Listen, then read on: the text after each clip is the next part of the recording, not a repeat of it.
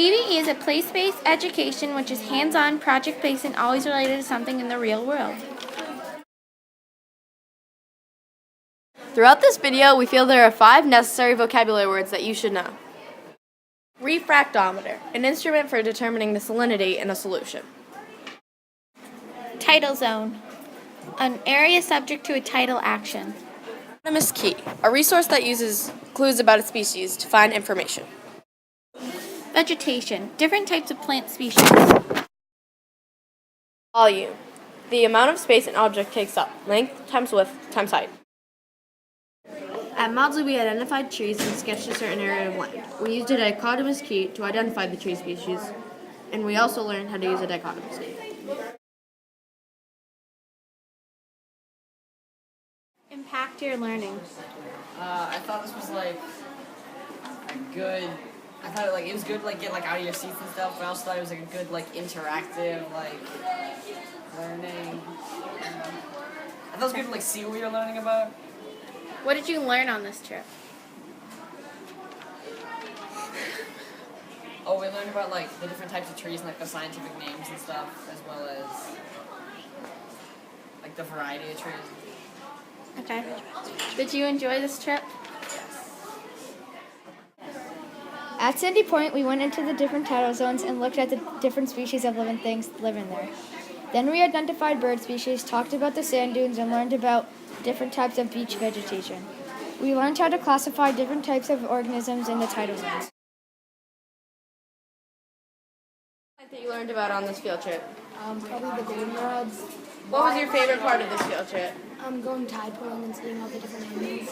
What was one thing that you learned about on this field trip? How the tide pools help and all the animals that live in there and how they work as a community.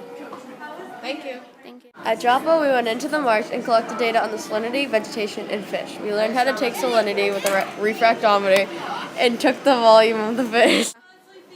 How did we measure the salinity? We got water samples from different sections of Joppa, and we used a refractometer to see the amount of salt. How did you measure the volume of the fish? We got a graduated cylinder and filled it to a certain amount of water, and then added in the number of fish and saw how much it increased. Did you enjoy this field trip? It was pretty fun, but it was a little bit messy and dirty, so I don't know.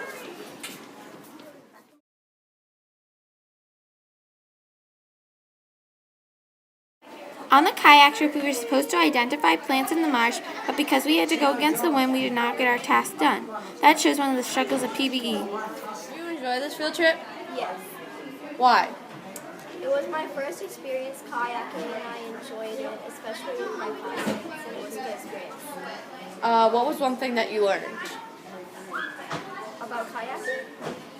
That you always have to keep your balance and be alert. Did you find this trip challenging?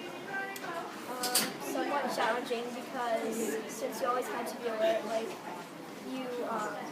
if you just didn't always paddle the right way, you could tip over, so it was kind of challenging. Okay. Thank you. Overall, Newburyport is an ideal place for PBE because we have all different types of land, from beaches to state parks and beyond.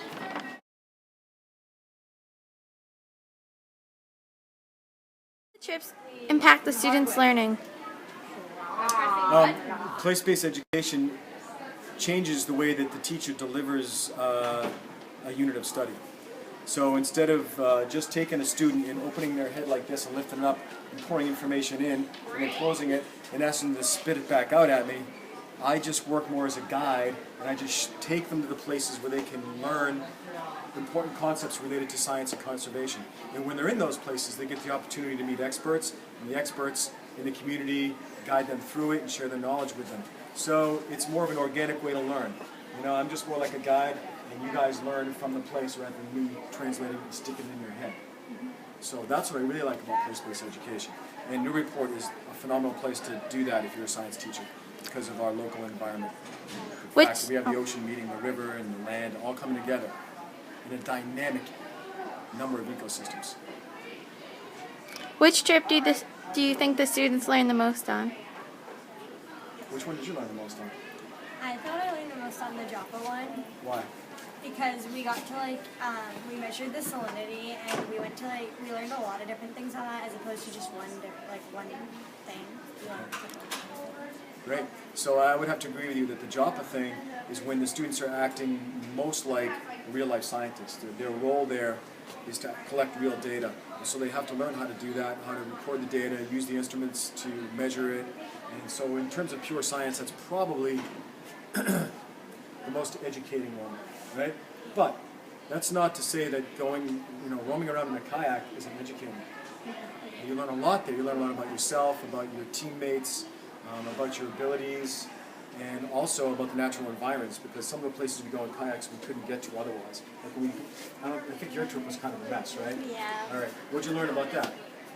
That you should probably check how the wind's gonna be when you go to kayak because we didn't really learn anything. We just kind of Had to do what all day? kayak all day. Kayak all day and paddle against the wind. So it was less learning and more. The lesson was more like a tough lesson, how to be aware of your weather and the conditions around you. So there's always a lesson in there, no matter how well the trip goes. I think kayaking is really fun. It's a great physical part of the trip. Thank you.